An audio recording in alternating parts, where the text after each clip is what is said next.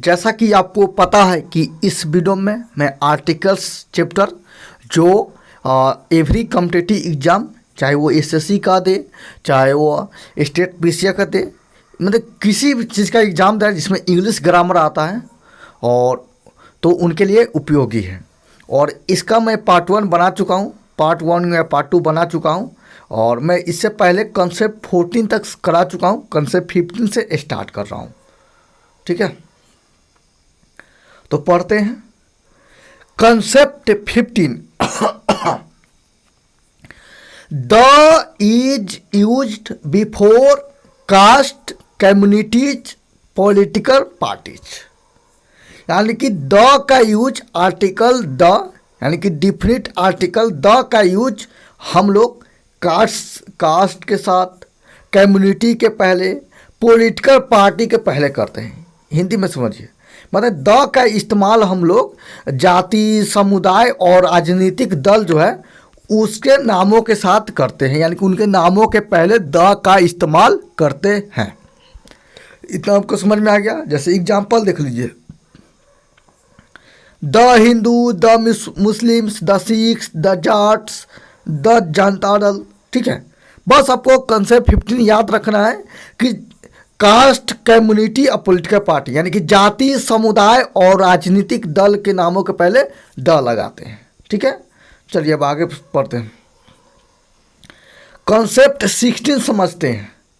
Concept 16 musical instrument, ठीक है, यानी कि सांगीतिक यंत्र। तो वाद्य यंत्रों के नाम से पहले द का यूज किया जाता है। मतलब कंसेप्ट 16 में समझना है कि म्यूजिकल इंस्ट्रूमेंट में यानी कि जो वाद्य यंत्र है यानी कि बजाने वाला यंत्र है उसके नामों के पहले हम लोग द का इस्तेमाल करेंगे। ठीक है, समझ में आ गया आपको। यानी कि जब म्यूजिकल इंस्ट्रूमेंट वर्ड दिया रहेगा तो उसके नाम के पहले हम लोग द का इस्तेमाल करेंगे। इंग्लिश में समझते हैं। We often use the singular when we talk about musical instrument in general, यानी कि जनरल फॉर्म में म्यूजिकल इंस्ट्रूमेंट की बात करेंगे तो वहाँ पे हम लोग सिंगुलर के पहले यानी कि हम लोग द का इस्तेमाल करेंगे। ठीक है, एग्जाम्पल समझिए। जैसे द वायलिन आया है, वायलिन, द पियानो आया है, द वायलिन आया है, द पियानो आया है। ठीक है, कहने का मतलब कि एग्जाम्पल है the violin is really difficult.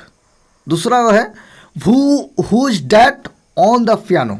ठीक है, चलिए अब आगे कंसेप्ट 17 है। 17 क्या कहता है? When we are talking about playing musical instrument we use the. कह रहा है कि जब हम लोग म्यूजिकल इंस्ट्रूमेंट बजाने की बात करते हैं, प्ले करने की बात करते हैं, तब हम लोग द का इस्तेमाल करते हैं। तो आप कहें सर तो ये तो बात आप पहले भी बता चुके हैं। ठीक है, यानी कि म्यूजिकल इंस्ट्रूमेंट से पहले द का इस्तेमाल होता है।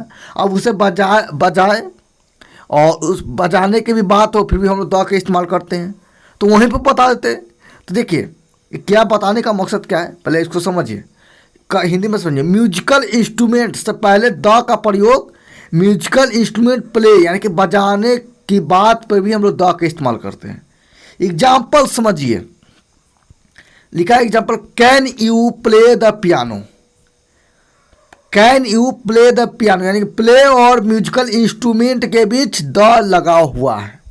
ठीक है, अगर सेकेंड क्वेश्चन पढ़ते हैं, he can play the flute. He can play the flute. यहाँ भी देखिए प्ले और फ्लूट जो है फ्लूट मीन्स बांसुरी होता है, तो प्ले और फ्लूट के बीच हम लोग क्या है कि द का इस्तेमाल किए हुए हैं। तो आप कहिए सर ये प्ले के बाद है वो तो समझ, लेकिन ये क्या है, म्यूजिकल इंस्ट्रूमेंट से पहले द का इस्तेमाल होता है। आपने तो पहले बता चुके हैं, फिर आप यहाँ क्यों बता रहे हैं? तो देखिए बाबू, कुछ ऐसे बुक होते हैं जिसमें प्ले के और म्यूजिकल इंस्ट्रूमेंट के बीच द का इस्तेमाल नहीं होता है। ठीक है, इसलिए इस बात को उठाया गया कि कुछ बुक में आपको प्ले के बाद डायरेक्ट म्यूजिकल इंस्ट्रूमेंट वर्ड इस्तेमाल होता है, बीच में द नहीं यूज किया जाता है।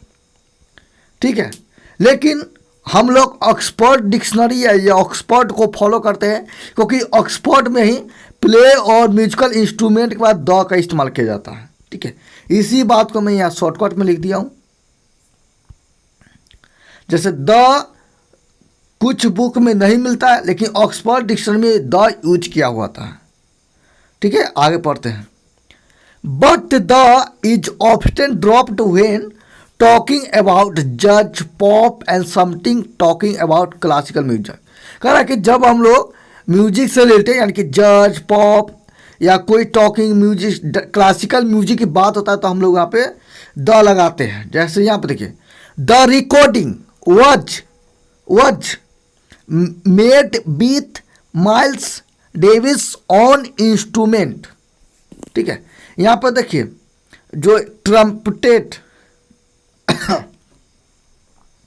तो यहाँ पर रिकॉर्डिंग से पहले हम लोग द लगाए हैं, क्योंकि ये जो रिकॉर्डिंग है वो ट्रम्पेट पे माइल्स डेविड के साथ बना हुआ है, तो इसलिए यहाँ पे द लगा है। ठीक है, फिर अगला, she studied oboe and saxophone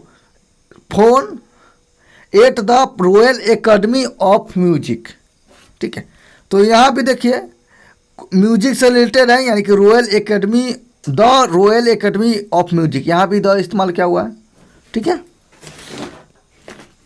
अब आगे देखते हैं। नोट है, when musical instruments are used as countable nouns, an is use. कह रहा है जब म्यूजिकल इंस्ट्रूमेंट काउंटेबल नाउन के रूप में उपयोग किया जाए तो वहाँ पे हम लोग द न इस्तेमाल करके ए और एन इस्तेमाल करते हैं। यानी कि क्या होता है कि काउंटेबल नाउन के लिए प्रयोग होता है तो वहाँ पे हम लोग ए और एन का इस्तेमाल करते हैं। ठीक है, फिर समझा देते हैं। कह रहा हूँ कि जब भी म्यूजिकल इंस्ट्रूमेंट काउंटेबल नाउन के फॉर्म में यूज किया जाए तो वहाँ पे हम लोग ए और एन लगाते हैं, द नहीं लगाते हैं। एग्जाम्पल समझिए, बी गेव हर ए हारमोनियम, बी गेव हर ए हारमोनियम, यानी कि से हम लोग उसे एक हारमोनियम दिए, हम लोग उसे एक हारमोनियम दिया। तो यह जो हारमोनियम है ये म्यूजिकल इंस्ट्रूमेंट है, लेकिन यहाँ पे म्यूजिकल इंस्ट्रूमेंट क्या कि ये काउंटेबल नाउन के फॉर्म में है, यानी कि हम लोग उसे कितने हारमोनियम दिए, यानी कि काउंटेबल नाउन के फॉर्म में, इसलिए यहाँ पे हम लोग ए का इस्तेमाल किए हैं। ठीक है, इस तरह I have bought A violin, यानी कि मैंने एक वायलिन खरीदा। ठीक है, तो यहाँ पे देखिए वायलिन जो है म्यूजिकल इंस्ट्रूमेंट है, लेकिन यहाँ पे सिंगुलर यानी कि काउंटेबल नाउन के फॉर्म में यूज हो रहा है, इसलिए यहाँ पे ये द ना इस्तेमाल करके ए इस्तेमाल किया गया है। ठीक है, समझ में आ रहा है आपको? आगे देखिए, sports and games are uncountable. कहाँ तरह की स्पोर्ट्स एंड गेम, यानी कि स्पोर्ट होता है और गेम होता है वो अनकाउंटेबल होता है।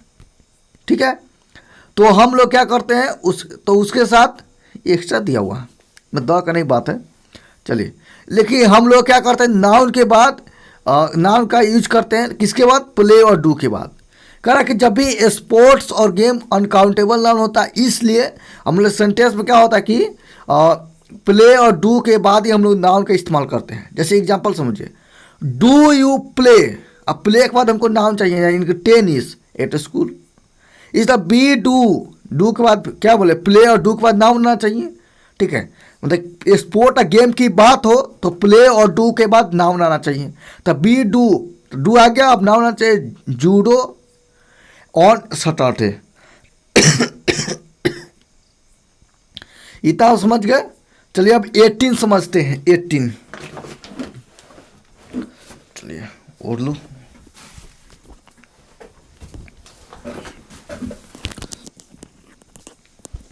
सॉरी, देख लेता हूँ माइक काम कर रहा है कि नहीं। काम कर रहा है। चलिए अब 18 समझते हैं। 18 कंसेप्ट जो है वो समझने का प्रयास करते हैं।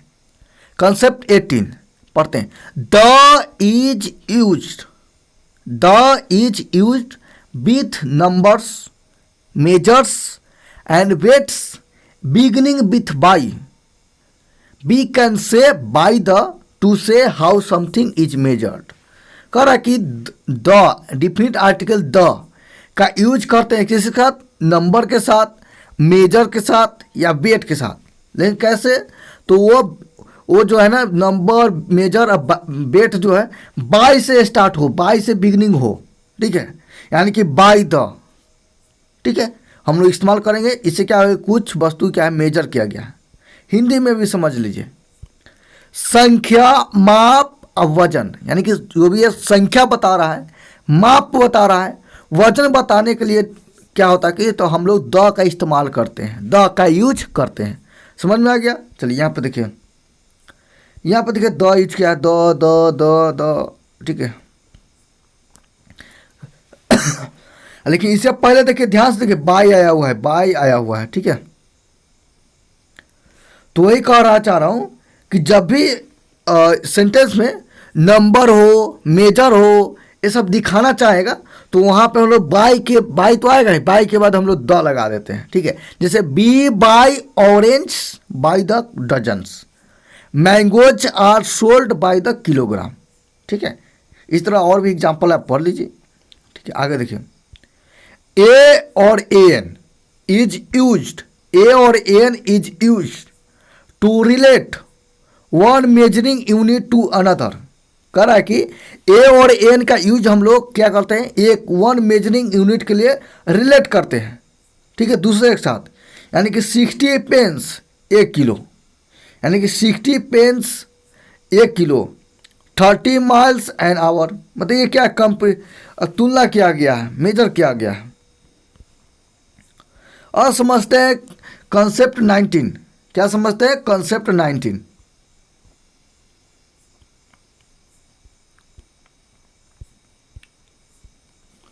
कंसेप्ट 19 समझते क्या है, व्हेन ए प्रॉपर नाउन, कह रहा कि व्हेन ए प्रॉपर नाउन, जब proper noun is used to refer the whole family, यानी कह रहा है जब एक प्रॉपर नाउन क्या करे, पूरे होल फैमिली को रेफर करे, तो वहाँ पे हम लोग द आर्टिकल यूज करते हैं और उस जो प्रॉपर नाउन है उसके बाद हम लोग सफिक्स के रूप में ए एपोस्ट्रोफी एस डालते हैं, ठीक है। यानी कह रहा है कि कंसेप्ट 19 में ये समझाने का प्रयास किया जा रहा है कि जब भी प्रॉपर नाउन किसी होल फैमिली यानी कि पूरे फैमिली को दर्शाए तो हम लोग उस प्रॉपर नाउन से पहले क्या करते हैं, द लगा देते हैं और उस प्रॉपर नाउन को फैमिली दर्शाने के लिए एपोस्ट्रोफी एस लगा देते हैं, ठीक है। बात कब समझ गया, चलिए हिंदी में समझा देते हैं। जब किसी प्रॉपर नाउन का यूज पूरे फैमिली के नाम के लिए किया जाता है, यानी कह रहा है कि जब किसी प्रॉपर नाउन का प्रयोग यूज पूरे फैमिली के लिए किया जाता है तो उस नाउन के बाद एस लगा दिया जाता है और उसको पहले और उस प्रॉपर नाउन से पहले द लगा दिया जाता है, ठीक है। जैसे देखिए एग्जाम्पल सब समझने का प्रयास कीजिए। एग्जाम्पल है, we have invited the Smith. तो देखिए यहाँ पे स्मिथ जो है ये आपको, ऐसा तो ये प्रॉपर नाउन है लेकिन ये स्मिथ के लास्ट में एस लग गया है तो ये होल फैमिली यानी कि स्मिथ के फैमिली को दिखाना चाह रहा है और स्मिथ के फैमिली को दिखाएगा, यानी कि कोई खास स्मिथ है और उसके फैमिली की बात हो रही है तो यहाँ पे हम लोग द लगा देंगे। इसी तरह से है, यानी कि स्मिथ का मतलब वही मैं आपको बताया हूँ कि होल फैमिली की बात हो रही है, ठीक है। फिर इसी तरह जॉर्डन्स लिखा है, जॉर्डन से पहले भी द है और फ्लोरिडा बाकी रोबिन्सन सॉल्व के पहले भी द लगा है। तो मतलब समझिए जो एस लगा है ना लास्ट में तो वो उस व्यक्ति का फैमिली को दिखाना चाह रहा है, ठीक है। जॉर्डन्स लिखा है यानी कि जॉर्डन्स जो है हाथ क्या कि जॉर्डन्स को एस लगा यानी कि जॉर्डन्स के फैमिली को दिखाना चाह रहा है।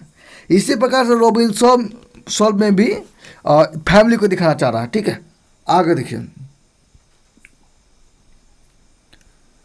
कंसेप्ट 20 है क्या, जो भी नंबर है आप अपना मिलाना मिला लीजिए। कंसेप्ट 20 है, क्या करा इसमें, when the is straits BRE करा कि से जब आप स्टेज करते हैं ई और बी को, बी और ई को, तो उसके क्या करते हैं उसमें हम लोग द ओनली इम्पोर्टेंट यानी कि मेन भूमिका के तौर पर यूज करने के लिए कहते हैं, ठीक है। सनसेट बुलेवर्ड इज द, यहाँ पे दी हो जाएगा क्योंकि दी जैसी आता है वो समझ इम्फेसाइची, यानी कि इम्फेसाइची का मतलब होता है उत्साहित करना, ठीक है। तो Sunset Boulevard is the place to be on carnival, meet my new boyfriend bond the gems world, मतलब दोस्त समझिए आसानी से। कह के मीट माई न्यू बॉयफ्रेंड यानी कि मिलो मेरे नए लड़के दोस्त से, बॉन्ड यानी कि लड़का का दोस्त का क्या नाम है बॉन्ड, लेकिन वो बॉन्ड नहीं, यानी कि एक जेम्स बॉन्ड है वो बॉन्ड नहीं, ठीक है। चलिए समझ गए इतना। चलिए तो अभी नींद आ रहा है मेरे को, गलत से नहीं पढ़ा दूँ इसलिए बाकी नेक्स्ट वीडियो में आपको बताया जाएगा, कंसेप्ट 21 से समझाया जाएगा, ठीक है।